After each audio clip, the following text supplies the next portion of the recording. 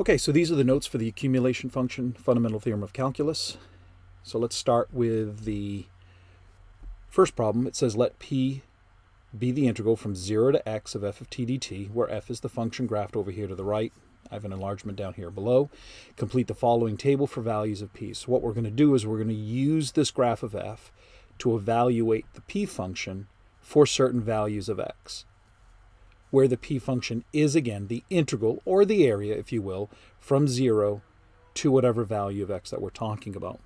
Let's go ahead and start with p of -1. So I'm going to do it down here. P of -1 would be the integral from 0 to -1 of f of t dt. Again, in this case, I notice that the upper bound is lower, or is smaller than, less than the bottom bound. So I am going to go ahead and switch it by saying that that's going to be the opposite of the integral from -1 to 0 of f of t dt. So that means I want to find this area from 0 to -1, or from -1 to 0.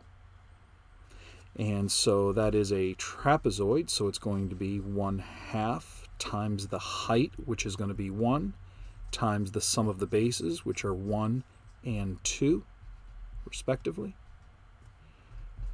1 plus 2 is 3, times 1 is 3, times 1/2 is 3/2, so I get -3/2 for that area, so -3/2. Next is p of 0, which is the integral from 0 to 0 of f of t dt, which by the 0 property is just going to be 0. Next, we'll evaluate p of 1. So that's going to be the integral from 0 to 1 of f of t dt. So now I'm coming over here and I want to evaluate this area here from 0 to 1. So again, that is a trapezoid.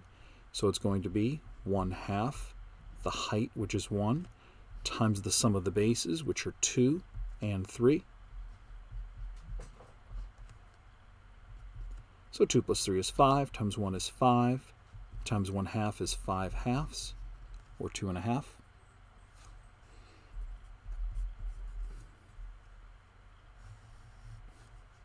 Let's go p of 2. The integral from 0 to 2 of f of t dt. And again, I think you can look here and say, well, the integral from 0 to 2 is just going to be the integral from 0 to 1 plus this integral from 1 to 2, or the area from 0 to 1 plus the area from 1 to 2. So since we already found the area from 0 to 1, we'll just go ahead and use that, 5/2, plus this area.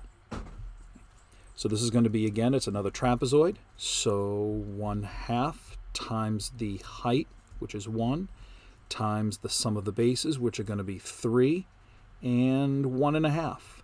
So 3 and 3/2. So I get 5/2 plus 1/2 times, let's see here, 3 is 6/2 plus 3/2 is 9/2. 1/2 times 9/2 is 9/4, and 5/2 is 10/4. So added together, I get 19/4. If you want, I have no problem. This is 4.75. This is going to be 2.5. This is -1.5.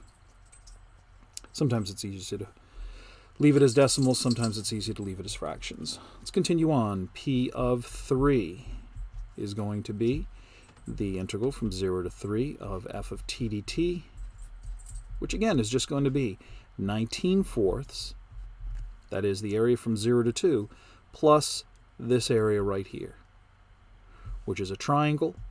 So it's going to be 1/2. The base is 1. The height is 1.5, or 3/2. So I get 19/4 plus 3/4 is 22/4. And again, if you want, you could say that's 5.5. And last, let's evaluate P of 4. So same thing, all we're doing is we're taking the area from 0 to 3, which we now know is 22/4. And then we're going to be adding, but this area being below the x-axis is going to be negative. So we have 22/4 minus, again, this is a triangle. Base is 1, height is 1. So it's going to be 1/2 times the base times the height. So we get 22/4 minus 1/2, or if you will, 2/4. So we get 20/4, and that just comes out to be 5. All right, so the directions have us down below.